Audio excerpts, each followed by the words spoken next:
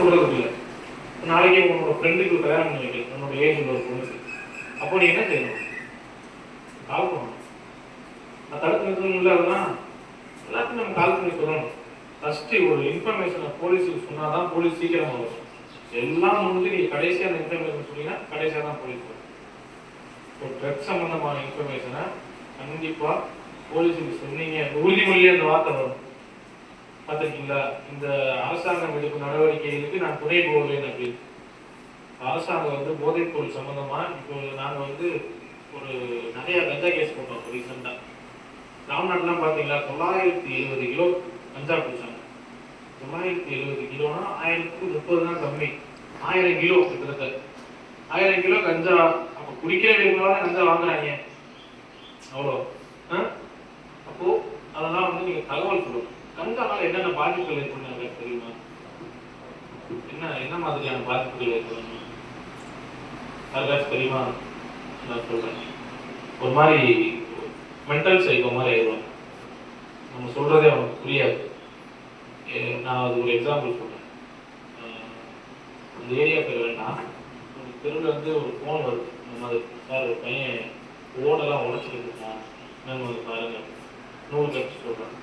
நான் முதல்ல ஒரு போலீஸ் அனுப்பி போயிருக்கேன். உங்களுக்கு பாருங்க, நான் சாப்பிட போகிறேன், பசிக்கு சொல்லிட்டு 2:30 நான் கிளம்பிட்டேன் மதியம். அவங்க போய் பார்க்குறாங்க, சார் இந்த பையனால கண்ட்ரோல் பண்ண முடியல, நீ வந்து சீக்கிரம் வாங்க அப்படின்ட்டு. என்னாச்சு, ஒரு சின்ன பையனை கண்ட்ரோல் பண்ண முடியல அப்படின்னு நான் கேட்குறேன். சார் அது முடியல வாங்க. நான் திருப்பி சாப்பிட்டு முடிச்ச உடனே ஒரு சளிக்குள்ளே போனேன். சாப்பிட்ட உடனே தூங்கணும்ல, உடனே ரெஸ்ட் எடுக்கணும்.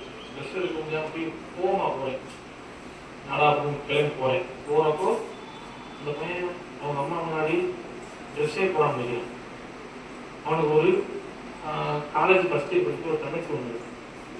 அவனுக்கு 23 வயசு, 21 வயசு இருக்கும். என் தங்கச்சிக்கு ஒரு 17 வயசு இருக்கும். எப்படி நீ வச்சு பாருங்க, நம்ம தங்கச்சி முன்னாடி, நம்ம அம்மா முன்னாடி நம்ம ட்ரெஸ்ஸே போடாமல் 21 வயசுல நிற்கலாமா? சின்ன பிள்ளைகள் இருக்கலாம், அது பிரச்சனைகள் கிடையாது. நம்மதான் ட்ரெஸ் மாற்றி விடுவாங்க. ரோட்டில் தெருவில் நிற்கிறேன். அப்படி என்னன்னா நான் கிட்ட போய் பார்க்குறேன். சரக்கு வாடை தான் பார்க்குறேன். சரக்கு வாடையே வரல. சரக்கு வாடை வரலன்னா சரக்கு அடிக்கிறாரு, வேற எதுவும் வச்சிருக்கு. அவனை போய் நான் பிடிக்கிறேன், நான் போலீஸ்னே அவனுக்கு தெரியுது. என்னை அசிங்கமா திட்டேன். எனக்கு வந்து திட்டேன்.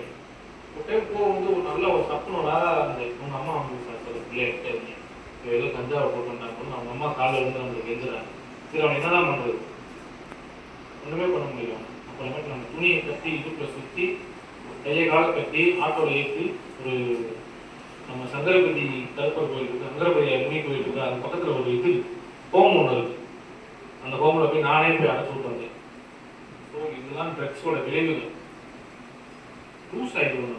நமக்கு என்ன பண்ணுறோன்றதே நமக்கு தெரியாது. ப்ளஸ் வந்து உடம்பு பார்த்தோம்னா செஸ்ட் இருக்காது, மெயின் அப்படி நெஞ்சு வந்து உள்ளே போன மாதிரி இருக்கும், ஒல்லியாக இருக்கும். இந்த படம் பாருங்களா,